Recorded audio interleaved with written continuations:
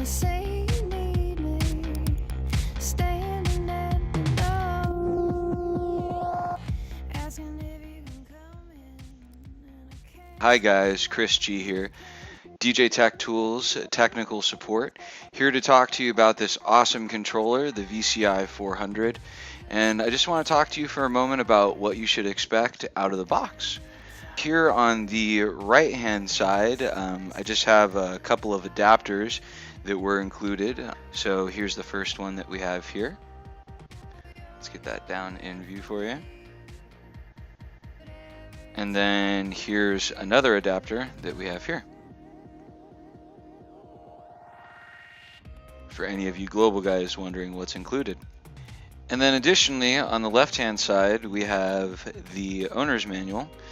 And inside that owner's manual, you're going to find some additional information for our Windows guys, where to find the driver, and if for some reason there's a problem with the driver, there's some additional troubleshooting information in there for you. For our Mac guys, thankfully, it's pretty straightforward. And then last but not least, hey, there you go, of course. If that's not in your package, please give us a call. It's the controller, the VCI-400se Ian Golden Edition. Absolutely awesome controller. There'll be a black USB cable included for you to get it all hooked up. We're just going to take a quick look at the back of the VCI-400. If you look here, we'll actually see our master outs, and these are TRS, or also known as 1/4 inch, and those are unbalanced. We go over to here and we have our master outs, those are XLR and those are balanced, and then we have our power, on off switch, and USB. Now when we actually have this power on and we have the adapter and USB connected, we'll actually see that these two lights, the green and red light, are lit up. If for some reason those are not connected and the power is on, we will see that one of these LED lights are not on. In future videos, we will be talking a little bit more about hooking up external audio sources, and some of those external audio source examples would be turntables, CDJs. Alright guys, so now we're going to go into the second part of actually setting up this particular controller with Traktor. And the way that we're going to do that first is we're going to go to maps.djtechtools.com, and we're going to go ahead and go to controller, and then we're going to scroll down and we're going to find the VCI-400se. Okay, now you will get a bunch of different selections, but what we're going to do today is we're going to focus on just the DJ Tech Tools VCI-400se mapping by DJ Tech Tools. So go ahead and download the most recent version, and I highly suggest that you watch the video. It will definitely give you a full tutorial of how to use the controller.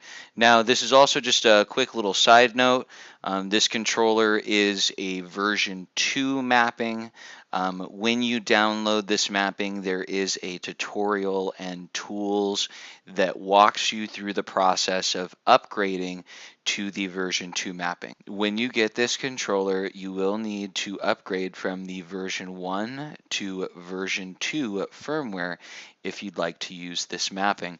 Now, once you've downloaded the mapping, you can go over to Traktor. Also, make sure before you get started you're running the most recent version of Traktor Pro. You can do that by clicking the Traktor symbol in the top left-hand corner of Traktor. Now, what you'll do is you'll go to Preferences, and in Preferences we're going to go down to Controller Manager. We're going to go down to the big Import button. And then we're going to navigate to where we downloaded that particular file earlier on that maps page. Now it's going to ask me what categories I want to import, and I want to import the controller mappings and the effects settings. So I'm going to leave those as is. Now I'm going to go through this process again. You always want to make sure that you do this with Traktor. Now, last before the mapping is ready to go, we want to make sure that we set our in and out ports, but those aren't available until we actually have turned on the controller. So let's go ahead and do that. Now that I've turned on the controller, you can actually see that the in and out ports are already set to the Vestax VCI-400 because it detected it. Now, if I wasn't running out of my computer speakers and I was running out of the back of the VCI-400, there would be more setup required here under Audio Setup. From here, you can select the VCI-400 to use its outs. Alright guys, one very important step is configuring your touch platters, and there's actually a really cool trick that I'm going to show you guys to do that. We have Triphonic playing on the left hand side in deck A, and we have that playing, and we know that it's playing because we have the green play button lit on that deck. Now what I'm going to do is, if we look down here right below this left jog wheel, we can see these little markings that says L touch sensor R, and what that is it's the left and right touch sensor, and that's the way that we dial this touch sensor in. So what I'm going to do is I'm going to adjust the left touch sensor. Now as I said, we have the track playing. Now what we're going to do is we're going to turn it to the right.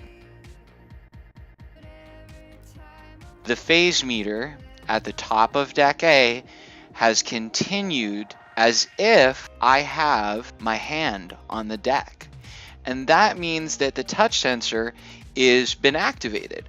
So what we want to do is we want to go from the right to the left until we see it start to play. So I'm going to go ahead and do that. So I started all the way to the right with my touch sensor here, and I'm going to start slowly moving to the left, slowly moving to the left, and you can see there that the track kicked in. Now that's what I like to call my sweet spot, because now if I move the jog wheel, everything works great on the deck. Now of course you always want to make some adjusting as you go along, and this is something that I would suggest that you adjust briefly before every gig. I hope this helps.